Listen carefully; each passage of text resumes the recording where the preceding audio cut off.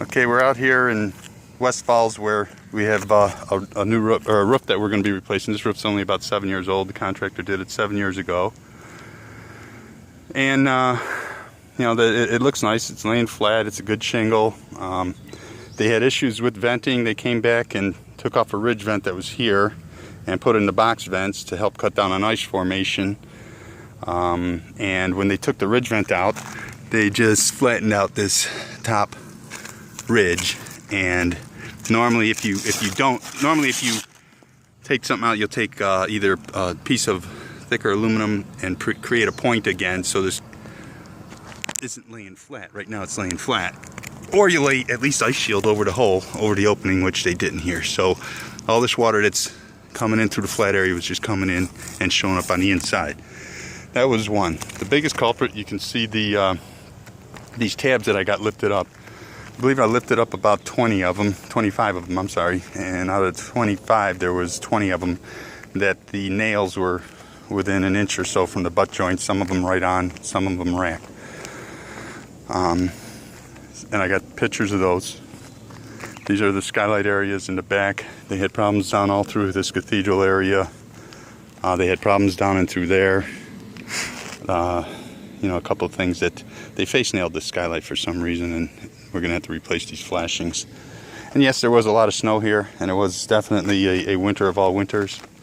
But the problem is when there's a snow load sitting here and you got your ice formation from the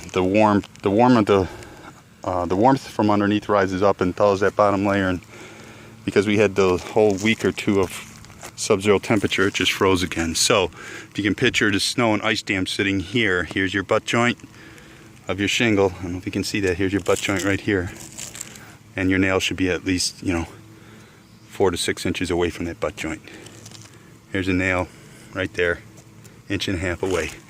You go up, of course, here's a nail right inch away, 3/4 of an inch to an inch.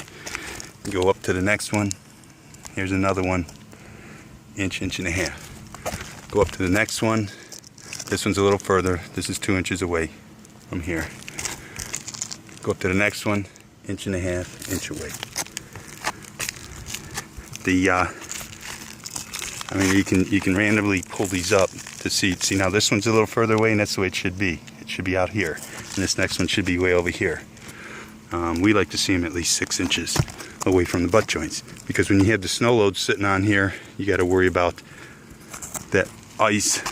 It's supposed to have to travel to get in, and here it doesn't. It can just go straight down. We go up above the skylights, we got an inch, 1.5 inch, 1.5 inch. This one's about 2 inches, 2.5, 2 inches. I have a couple here I'm trying to find that are right on. This one's right on the butt joint, right here. Right down on the butt joint. This one's 1.5 inches from the butt joint. This one's okay. This one's probably about 3 inches. This one's 3 inches. This one here, right on. Look at this one's actually rusted out. This nail's rusted out. And that's a butt joint, that's a leak right there. I had one of them that was right at the butt joint that was also racked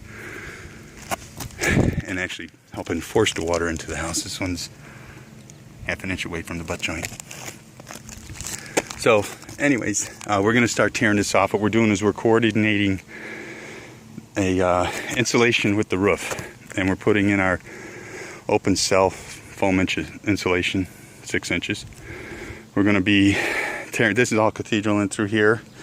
We're going to be removing the deck and everything on the cathedral ceiling, pulling out all the old fiberglass in here, and putting in a vapor barrier if there isn't one, and then blowing in 5 inches of foam, keeping our ventilation up here, putting in new skylight flashings, all gray ice shield, going all the way up to the skylights here to where they're protected. And even if you put gray ice shield on, if you have these nails right at the butt joints, it's going to eventually rot those nails out and create a path for the water to go maybe 5, 6, 7 years down the line. So that's all cathedral there. That's going to be stripped and done. And then we got from this, actually from about right here over to the front, we've got flat ceiling. So they're going to get down in the flat ceiling and put the foam on there, box off all of our canister lights, and and give these people a roof that won't leak anymore. Here's the one. This one here is right at the butt joint. This is a nail. There's tar on it, but this is actually racked up here. So if you figure this, if you think about this being solid ice, you got a skylight up here thawing, it's being solid ice and having no place to go. It should have to go at least, 4 to 6 inches each way to find a nail, but it doesn't have to. It's got the pleasure of just going straight down into the house. And water will find a way. So why make it easy for it, right? That's what I always say. Yep, this is that one that's right at it too. So we'll get moving on. I'll come back out here and check out the progress report. Keep you posted. Nothing like a nice little ranch to do, right?